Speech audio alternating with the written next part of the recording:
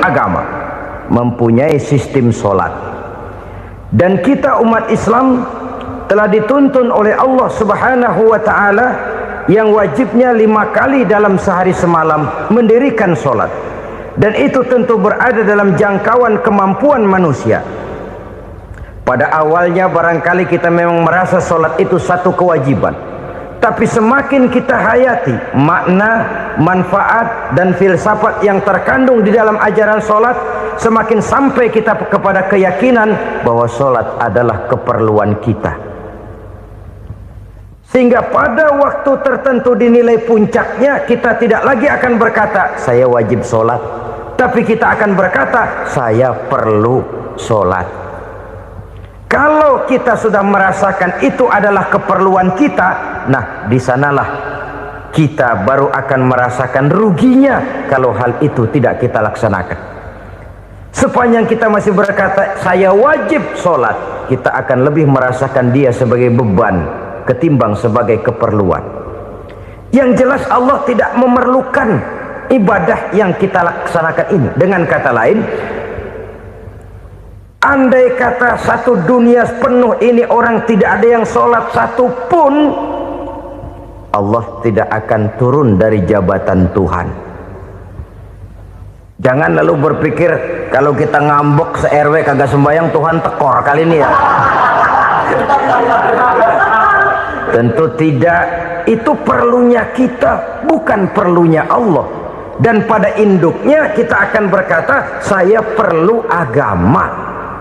Kalau secara induk kita sudah memerlukan agama, maka konsep-konsep yang ada di dalam ajaran agama itu pun adalah juga merupakan keperluan kita. Baik dia bernama sholat, baik dia bernama puasa, baik dia bernama zakat, baik dia bernama haji, seluruhnya adalah keperluan kita. Dan sesuatu yang kita perlukan apabila tidak kita laksanakan akan melahirkan kerugian di dalam kehidupan. Jangan heran kalau kita membaca riwayat perjalanan hidup para salafus soleh, orang-orang soleh. Ada yang tahajud sampai 100 rakaat, ada yang sholat malam kakinya sampai bengkak. Kita sekalinya bengkak biri-biri. Ada yang sholat membaca surah dalam Al-Quran sampai khotam Quran. Kok mau? Mereka sudah merasakan itu keperluan. Itu saja soalnya. Satu saat pun jikalau kita merasa bahwa itu keperluan saya, kita pun akan melaksanakan seperti itu. Keperluan saya dalam kehidupan. Inilah yang kedua. Yang ketiga, orang bertakwa yang akan meraih kemenangan itu, wa mimma razaqnahum yunfikun. Mereka membelanjakan sebagian daripada rezeki yang diberikan Allah kepada mereka. Mereka infakkan di jalan Allah. Ada satu dialog menarik.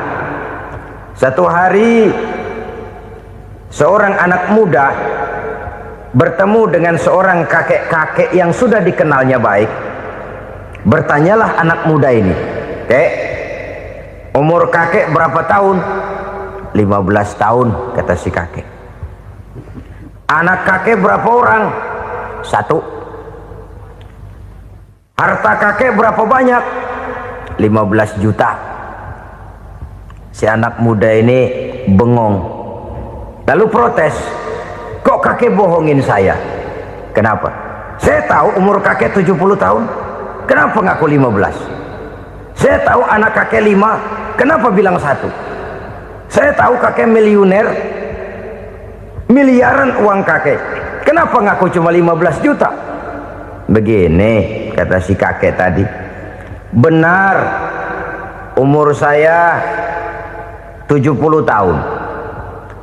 Tapi dari umur yang 70 tahun itu baru 15 tahun terakhir ini saya merasakan ibadah kepada Allah. Meninggalkan maksiat, jauh dari segala macam munkarat. Maka yang 15 tahun inilah yang benar-benar saya rasakan sebagai umur saya. Benar anak saya 5, tapi yang 4 susah diatur. Cuman 1 rasanya nih yang bakal jadi si buah hati belahan jantung pelanjut cerita penerus sejarah. Cuma 1 ini yang saya harapkan yang akan jadi anak soleh, yang akan membuat saya menerima pensiunan pahala. Kalau yang 4 apek dah, nggak ada harapan. Yang satu nyekek botol melulu. Oh begitu, iya. Lalu kenapa kakek bilang harta kakek cuma 15 juta padahal saya tahu kakek uangnya miliaran, depositonya banyak? Ya karena 15 juta itulah yang saya ingat yang pernah saya belanjakan di jalan Allah. Saya merasa itulah harta saya yang sebenarnya. Yang miliaran yang saya simpan di bank kelak, kalau satu saat saya mati, akan jadi rebutan di antara anak-anak saya. Iya kalau anak saya soleh kayak yang satu ini. Kalau yang 4 tadi udah tulen dia bakal berantem, dah berebut tuh. Jadi 15 juta yang saya belanjakan di jalan Allah inilah yang saya merasakan benar-benar harta saya yang sesungguhnya. Dialog ini patut menjadi bahan renungan kita bersama. Diberikan kita umur 40, 50, 60, 70, 80. Berapa tahun dari umur yang diberikan itu yang jalan mulus, yang kita gunakan untuk melaksanakan ibadah? Banyak harta kita simpan di bank, di lemari, di dompet, di tas. Tapi berapa yang sudah kita depositokan di jalan Allah yang akan menemani kita di hari kita kembali nanti?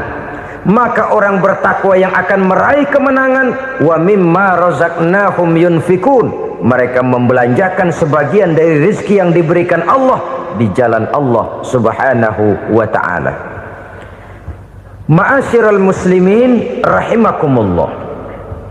Zahirnya memang kita memberikan kepada orang lain, tapi hakikatnya kita menyimpan untuk diri kita sendiri.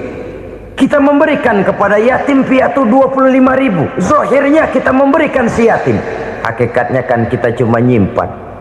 Saya berikan, titip kepadamu, ini untuk saya di akhirat. Kau boleh belikan baju, kau boleh belikan untukmu makan, kau boleh bayarkan sekolahmu. Ini untuk saya. Hakikatnya kita nyumbang masjid 1 juta, zahirnya kita berikan kepada panitia masjid, tapi hakikatnya kan cuma titip 1 juta ya untuk saya di alam kubur nanti.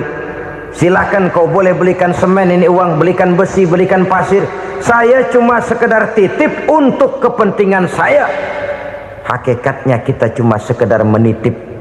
Sebagaimanapun pada hakikatnya, apapun yang kita miliki dalam kehidupan kan cuma sekedar hak guna pakai, bukan hak milik mutlak. Harta kita, rumah kita, kendaraan kita, kebun kita, pabrik kita, hak guna pakai saja. Hak milik mutlak cuma untuk Allah subhanahu wa ta'ala. Saudara-saudara kaum muslimin rahimakumullah. Ini yang ketiga. Kemudian yang keempat, orang-orang bertakwa yang akan meraih kemenangan, allazina yu'minuna bima unzila ilaika, mereka yang beriman, mereka yang percaya kepada apa yang telah diturunkan kepadamu Muhammad, ay Al-Quran, yakni Al-Quranul Karim. Setelah percaya kepada yang gaib, mendirikan solat, kemudian menginfakkan sebagian dari rezeki yang diberikan Allah, mereka juga lalu percaya kepada yang diturunkan terhadap Nabi, yaitu tidak lain Al-Quranul Karim. Sekali lagi di sini, percaya bukan hanya sekedar percaya saja, tetapi percaya lalu menjadikan Al-Quran itu sebagai pedoman hidup. Sebab memang Al-Quran itu adalah GBHM, garis-garis besar haluan muslim. Apa yang harus kita lakukan, apa yang harus tidak kita lakukan, bagaimana mestinya kita bertingkah laku dan berbuat, seluruhnya tercantum di dalam Al-Quranul Karim. Itu sebabnya ketika satu hari Aisyah ditanya bagaimana akhlak Rasul, beliau menjawab, kana Rasulullah sallallahu alaihi wasallam khuluquhul Quran. Akhlak daripada Rasulullah tidak lain adalah Al-Quran. Jawaban simpel ini memberikan gambaran bahwa keseluruhan daripada konsepsi Quran sudah diterjemahkan dalam kehidupan Rasulullah Sallallahu Alaihi Wasallam. Karena kita tahu akhlak adalah keseluruhan dari gerak hidup manusia. Sejak ia berpribadi, berumah tangga, bertetangga, bermasyarakat, sampai kepada berbangsa dan bernegara, Al-Quran tetap memberikan sentuhan nilainya. Oleh karenanya, orang-orang yang bertakwa adalah orang-orang yang menjadikan Al-Quran sebagai pedoman dalam kehidupannya. Dan kita yakini Al-Quran diturunkan kepada Nabi Muhammad bukan merupakan produk Nabi Muhammad. Isi dan redaksinya langsung dari Allah Subhanahu wa ta'ala. Kemudian cirinya yang kelima, orang bertakwa yang akan meraih kemenangan itu, wa ma unzila min qablika. Tidak hanya sekedar percaya kepada yang diturunkan terhadap Nabi Muhammad yaitu Al-Quran, mereka juga percaya kepada apa yang pernah diturunkan kepada para nabi, kepada para rasul sebelum Nabi Muhammad. Percaya kepada adanya suhuf, percaya kepada adanya Taurat, percaya kepada adanya Injil, percaya bahwa Allah dahulunya sudah menurunkan Taurat kepada Musa, percaya bahwa Allah sudah menurunkan Injil kepada Isa, percaya Injil ada, Taurat ada, diturunkan Allah untuk Isa dan Musa, tetapi tidak wajib mengamalkannya karena kita sudah diberikan Al-Quranul Karim. Ini yang perlu saya garis bawahi. Kita percaya Allah telah menurunkan Injil dahulu kepada Isa. Kita percaya bahwa Allah telah menurunkan Taurat dahulunya kepada Nabi Musa. Kadang-kadang ini dijadikan dalih, dikacaukan pengertiannya. Quran saja mengajarkan bahwa orang yang bertakwa harus percaya kepada Injil, maka pakailah Injil. Apalagi kalau ayat sebelumnya ditilap, dihapus, dihilangkan, Injilnya yang ditekankan, maka akan terjadilah penekanan yang salah arah. Karena salah arah akhirnya bisa merusak dan menghancurkan akidah. Ketika Rasul suatu saat pernah ditanya orang, "Ya Rasul, bagaimana sikap kita sebagai muslim terhadap Injil yang ada sekarang?" Beliau menjawab, "La tukadzibuhu jami'an wa la tusaddiquhu jami'an." Jangan didustakan seluruhnya, jangan juga dibenarkan semuanya. Artinya, ini sudah merupakan gambaran dari Rasul bahwa dalam Injil yang ada sekarang masih ada ajaran-ajaran tauhid yang dibawa oleh Nabi Isa dan diajarkan kepada umatnya. Tapi juga dalam Injil yang sekarang ini sudah terkena intervensi dan investasi manusiawi. Karena itu Rasul menyimpulkan, la tukadzibuhu jami'an wa la tusaddiquhu jami'an. Jangan didustakan semua, jangan dibenarkan seluruhnya. Kita memang percaya Allah telah menurunkan Injil kepada Nabi Isa dulu, tapi kita tidak wajib mengamalkan Injil. Kita percaya Allah telah menurunkan Taurat kepada Nabi Musa, tapi kita tidak wajib mengamalkan kitab ajaran Taurat. Yang wajib kita percayai dan kita amalkan hanyalah Al-Quranul Karim. Kenapa? Oleh karena baik yang ada di dalam Taurat, baik yang ada di dalam Injil, tentu tercakup di dalam Al-Quran sebagai kitab terakhir yang diturunkan oleh Allah Subhanahu wa ta'ala. Dan itu wajar. Kalau seorang pejabat mau mengeluarkan satu keputusan baru, tentu dia harus meninjau keputusan-keputusan lama. Andai kata dianggap tidak berlaku, dianggap tidak relevan lagi, maka keputusan-keputusan lama itu tentu sudah dianggap tidak berlaku. Sebagian daripada aturan-aturan dalam keputusan lama yang masih dianggap relevan tercantum dalam keputusan baru yang wajib diamalkan. Begitulah hubungannya antara Al-Quran, Taurat, Zabur, dan Injil. 4 kitab samawi yang diturunkan Allah masing-masing kepada Zabur untuk Nabi Daud, Taurat untuk Nabi Musa, dan Injil untuk Nabi Isa alaihi wassalatu wassalam.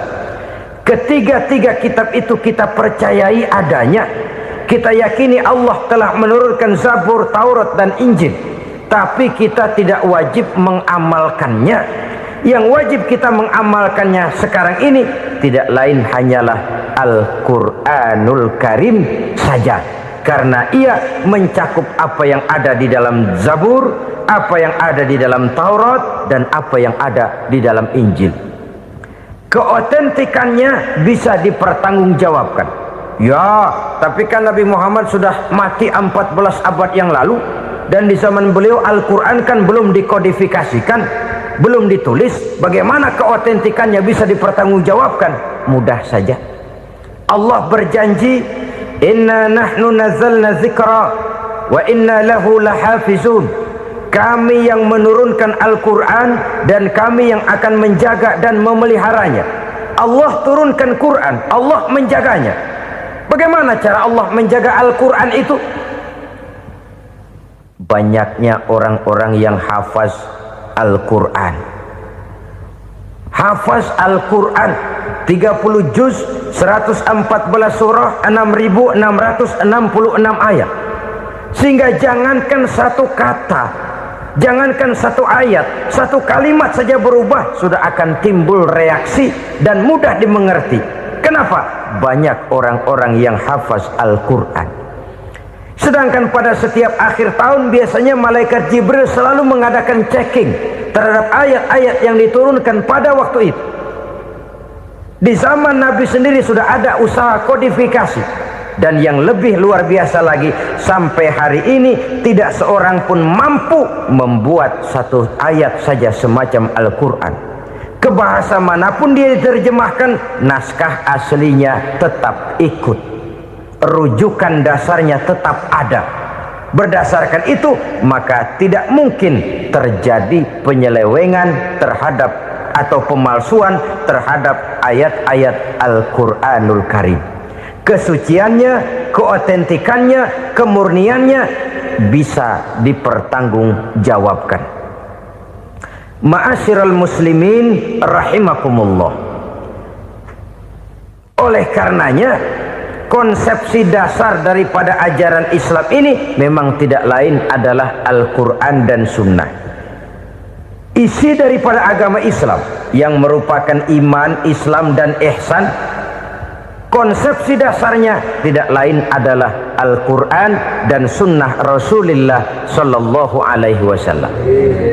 Maka yang kita perlukan sekarang ini adalah terjemahan Al-Quran di dalam kehidupan kita.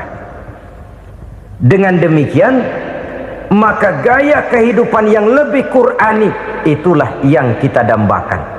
Kita perlu memang terjemahan Quran dalam bahasa Inggris, dalam bahasa Belanda, dalam bahasa Jepang, tapi yang lebih kita perlukan adalah terjemahan Quran di dalam kehidupan kita.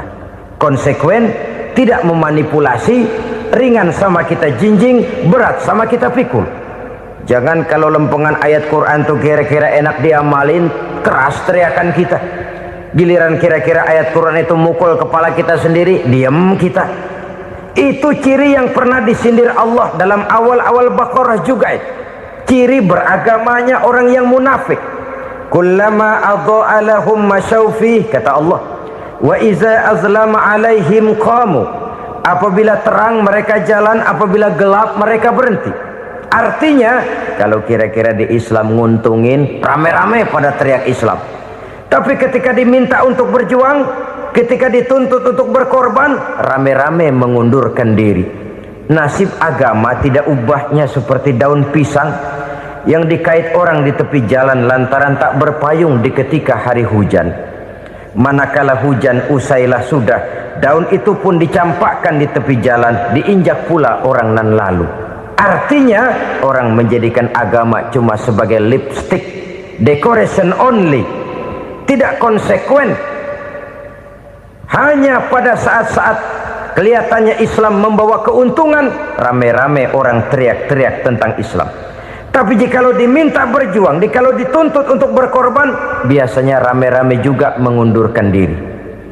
Jangan heran kalau mayoritas hitungan kita, tapi minoritas peranan kita. Kuantitas kita dalam jumlah, tapi dalam kualitas kita lebih sering jadi penonton daripada jadi pemain. Padahal itu sangat tidak boleh terjadi. Umat Islam di Indonesia harus bangkit. Umat Islam di Indonesia harus sadar akan keberadaannya. Tidak boleh hanya jadi penonton berpangku tangan, karena memang agama kita juga mengajarkan